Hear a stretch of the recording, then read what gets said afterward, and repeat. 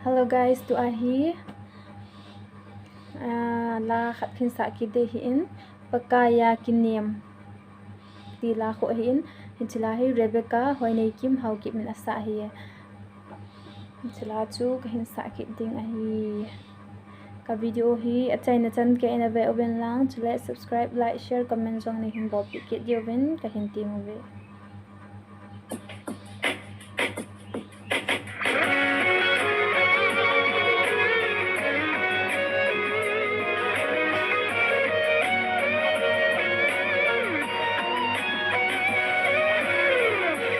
Ito bang nga pa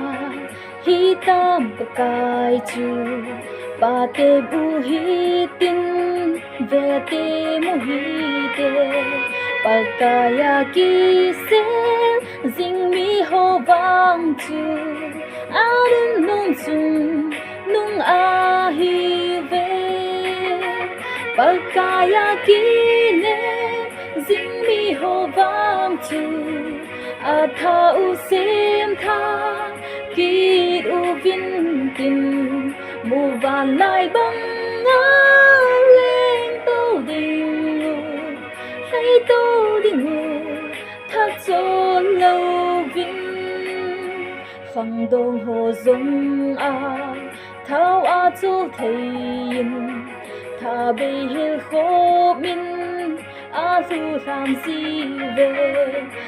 tha đã sao thao hát api kít gì thao hát sa kít gì pakaya kine zing mi ho vang chu tha u sim tha kít u vin tin mu van lai băng lên tô đình thấy tô đình thắt chôn lâu vinh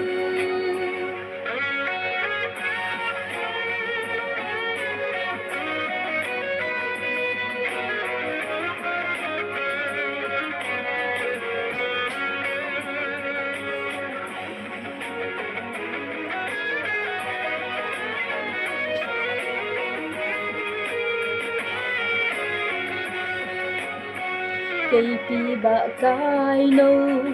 agil zi la samphat ho zong hin nei zi hin la pa kai ho zing zing mi te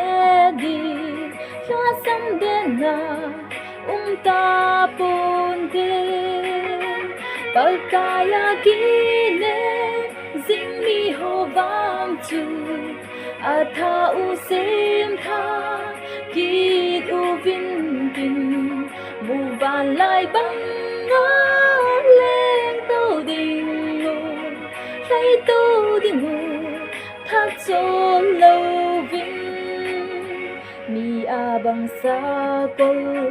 lệ cang ta lai cô ki sun pi din ni zi vin hi cây vàng ta pa kai pa thiên min na bo ka ki sun zing zing ding hi pakaya kine zing mi ho vang chu tha u sim tha kit u vin tin mu van lai băng ngã lên tô đình thấy tô đình thắt chôn lâu vinh pakaya kine zing mi ho vang chu tha u sim tha kit u vin tin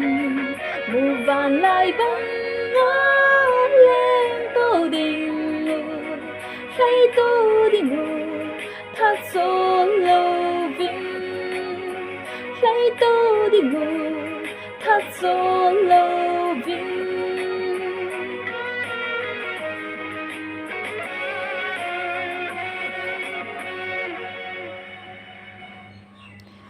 Kipa guys angai thazo se pathenin bon sa wadingin phathei bu pitau hen.